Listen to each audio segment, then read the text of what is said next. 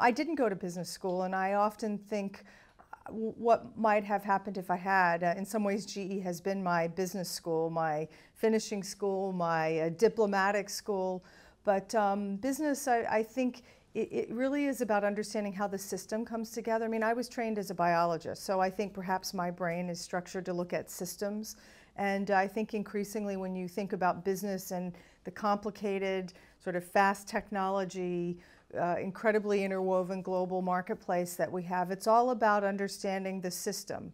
One can't succeed without another.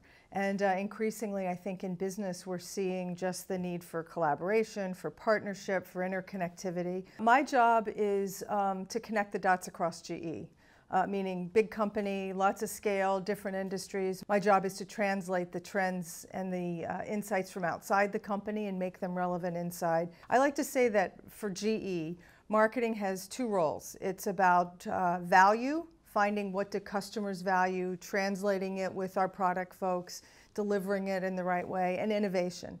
And people are often surprised to hear that we would describe marketing as an innovation function. We're a technology company. We've been that for 130 years, great engineers and research scientists.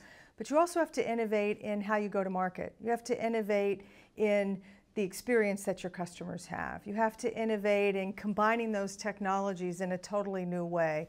So I often believe my job is market innovator. We've made a big mark on emerging markets, so we call them the growth markets. Certainly continued growth in China, the Middle East. I'm spending a lot of my time in the Middle East. Australia, for us, is an emerging market with all the natural resources. Latin America, Russia. There's just plenty of opportunity for energy, healthcare, transportation in those markets.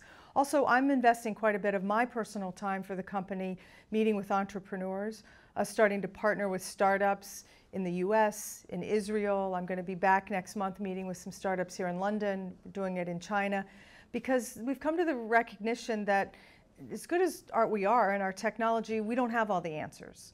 And we need to partner with others that do, whether that's big governments or small startups.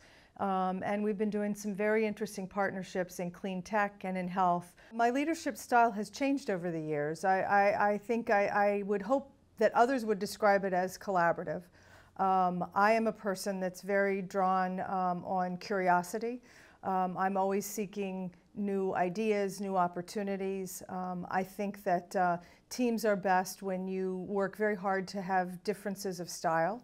So I think people would say I'm very tolerant of diversity of the way people think. I think the best creativity comes about from bringing different types of people together. As a leader of a team, that's harder because tension often arises when people have different styles. I think people would describe me as energetic. I have a lot of energy, a lot of passion for what I do. Well, the Olympics are in themselves a great brand. It's a convening force. And to have your brand associated with that, we found is very powerful. We also use it as a market development tool. So since we've started as a sponsor with the Olympics back in Torino in 2005, the Olympics have helped us generate $1 billion in sales. And you might not think about that for a company like GE, but it's power generation, it's healthcare equipment, it's lighting, it's water purification. Every Olympic venue is a small city, and they are generally redesigned or built from scratch. And so in addition to the brand building, which I think most people understand, what was a bit unique in our coming into the Olympics was this ability to create infrastructure and kind of sustainable technology, whether it's in health or in energy. I travel a ton. I like to dub my life at this point, life at 36,000 feet. Curiosity propels me. So people always ask me, where do you like to travel? And I say, anywhere I haven't been before. The only other thing I love about travel that I think is important for business, certainly for marketers, is it's all about creating a very important network. And so when I travel, I also try to meet with different kinds of people, not just GE people. Certainly customers are important, but I also try to use it. For example, I was in Shanghai a couple of months ago and used it to check in with the innovation community. What are entrepreneurs in Shanghai doing?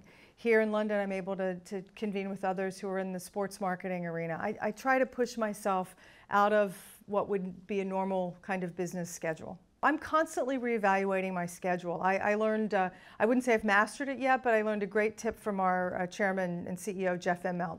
He says that for the past 30 years, he's had this great disciplined approach. Every Saturday, he sits down, reviews the past week, what did he accomplish, looks at the week ahead, makes his schedule adjustment, and focuses on what matters most. And I try to channel that when I can to say, am I using my time for what matters most?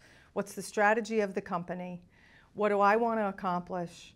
And do these time choices match those? And sometimes I also feel it's important to leave just a little bit of room for experimentation, discovery.